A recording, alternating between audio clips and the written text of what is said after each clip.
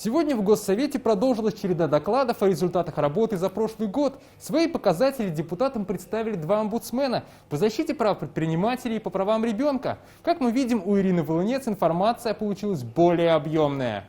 Выступление же Фарида Абдулганиева завершилось настоящей сенсацией.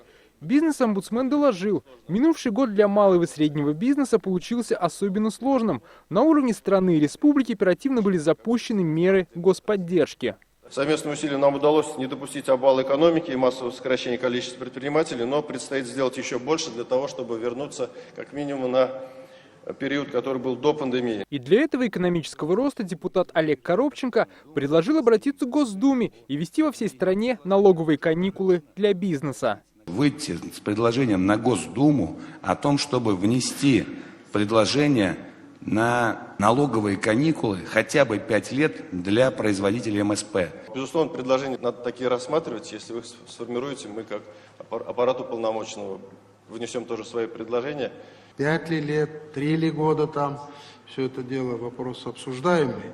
Но то, что какие-то преференции в налоговой части нужны, у нас особых возражений не вызывает. Я думаю, по линии партии «Единая Россия» мы тоже этот вопрос будем инициировать. Как в свою очередь доложил детский омбудсмен, за год к ней поступило около 2000 обращений, что меньше, чем годом ранее. Возможно, на это тоже повлияла пандемия. Депутаты же попросили прокомментировать случай в Заинске.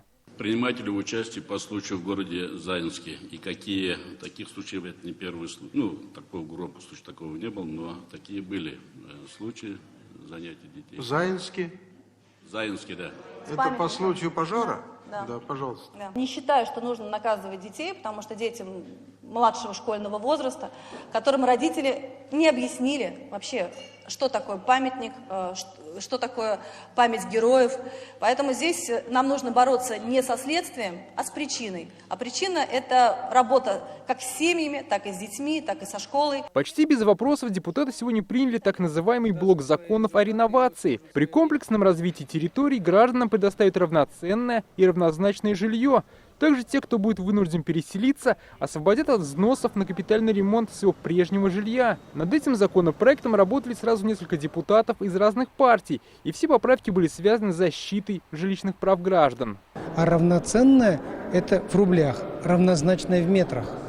Трехкомнатная квартира, 80 квадратных метров, новую хочу такую же, никаких проблем нет, такие гарантии есть. Но это закон на упреждение, проектов в ближайшие годы, связанных с жильем, нет. Большие планы на год у Татарстан-стата. В стране предстоит перепись населения. Депутаты интересовались, как будет проходить процедура. Какие документы нужно иметь при себе? Надо ли их предъявлять подписанту? Как отличить подписанта от мошенника? Перепись проходит на добровольной основе и в первую очередь по самоопределению граждан. Ни один гражданин не предъявляет нашим переписчикам ни один документ, не подтверждающий ни его личность, ни владение по домохозяйству. При этом переписчиком считается человек, владеющий планшетом, который имеет при себе удостоверение действительно при предъявлении паспорта. Ваша роль в предстоящей переписи исключительно важна. Нам надо получить достоверную информацию не только о количестве татар, русских, чувашей, мордвы, марийцев, живущих в Татарстане, их пол, их возраст, другие данные, на базе которого и федеральный центр, и республика будет принимать перспективные вопросы.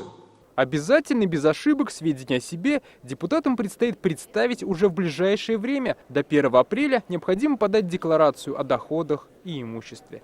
Дмитрий Арин, Марат Зайдуллин, ТНВ, Казань.